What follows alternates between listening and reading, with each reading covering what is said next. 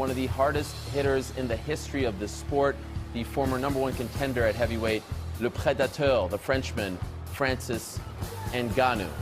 What a result, what a win for Francis. Now, we are being joined by the current reigning, defending UFC heavyweight champion, but more importantly, one of Cain Velasquez's best friends and training partner over at the American Kickboxing Academy in San Jose, the one and only Daniel Cormier, kind enough to join us right now. DC, I appreciate the time here this evening. You know Cain very well. He's one of your dearest friends.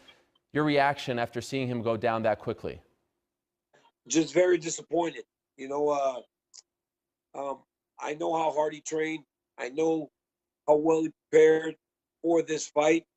And for it to end in the way that it did was very unfortunate. It was very hard to watch. You know, I wasn't able to get to Phoenix, and it's sad. You know, it makes me very sad that I'm not there right now and that he lost in this way.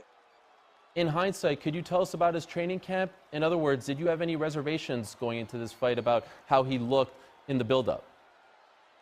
Nah, man, I thought that he looked good. He was ready to fight. I just got a call from Cain right there a second ago. I'm gonna call him right back after we're done here. But he looked good. I thought he was ready to fight, and I felt like he was ready to win this fight. You just cannot control some of the things that happen. You know, you blow it, he hurt his knee, and also you're fighting a big, powerful guy like Francis. There's no room for error. DC, you have said that you have one fight left. You're going to fight Brock Lesnar. You're not so interested in fighting Stipe. But after seeing what Francis Ngannou just did to your friend, any part of you want to fight Francis Ngannou now? Does this extend your timetable at all? You know, every time you see something like that, the emotions tell you, you go get it back. You know, you go make it right. But Francis Ngannou, you know, he didn't ask for a fight. Maybe later he will. And if that's something that we decide that we want to do, then that's what I'll do. Is it possible, Chill, that we're actually bearing the lead here? I mean, we're focusing on Cain. The mood is somber, but lest we forget, 13 months ago, we were talking about Francis Ngannou being a bust, being overhyped, not showing up to that title fight against Stipe Miocic. He showed up in the first round, and then he fizzled out. He just did that to Cain Velasquez, coming off that win in November against Curtis Blades. To me, it seems like we were all wrong about Francis Ngannou and that he is still for real. Isn't that the real story? I love everything you said except for it being a somber moment. Look, you're the former champion against a more recent #1 contender. Something is to be said for activity. Something is said on the side of youth and momentum, and Francis had it. I don't think there's anything bad here. In fact, I think, Errol, when you look at the parity, and we know what's going to happen to Dana White in as soon as the next 8 to 10 minutes, people are going to say, what's next for Francis? That's a great question. What is next for Francis? Because all of a sudden, he's back at the pecking order. Bad news is he's already taken on Stipe.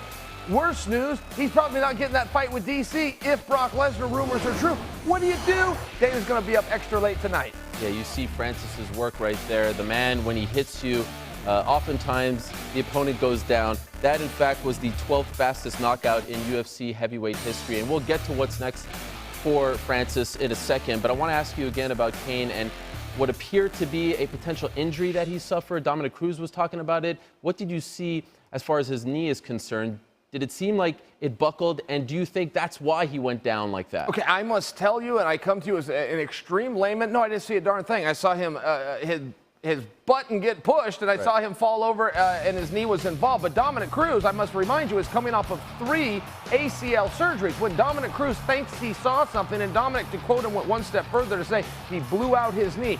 When Dominic is sitting there and thinks that he saw that after going through it, it means something to me. The good news was Cain jumped right up. He went and sought out Francis Ngannou, gave him the handshake, gave him the hug, took the microphone, cut his interview to his hometown crowd. If you wanted me to bet, no, I think his knee's okay. And Chill, let's put this in the proper perspective for the audience in case they are not familiar with these two gentlemen.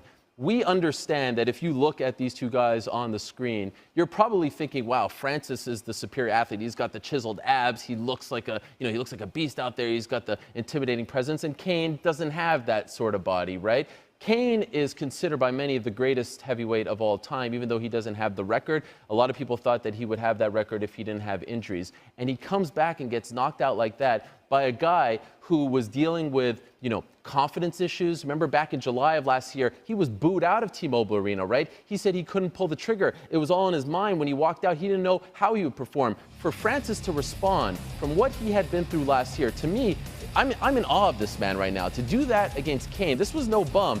That's a supremely impressive feat. That is a tremendous observation and an even more tremendous compliment from you to Francis. And Francis deserves it. Let's back up the timeline a little bit. Francis got in there for the World Championship against Stipe Miocic, who does what? He boxes well and he wrestles well. That recipe and blueprint destroyed the myth, the hopes, the championship dream of Francis Ngannou. Francis gets right back on that horse with another guy who can wrestle and box in Derek Lewis. He gets right back on that horse with another guy who can wrestle and box in Curtis Blaze, and he gets right back on that horse a final time with the greatest of them all, who can wrestle and box in Cain Velasquez. I think there's something to be said for the fact that Cain has been nursing an injury. He has been out. He's had a contract dispute, whatever kept him out of the octagon. Francis Ngannou has been preparing for the same game plan for 12 months.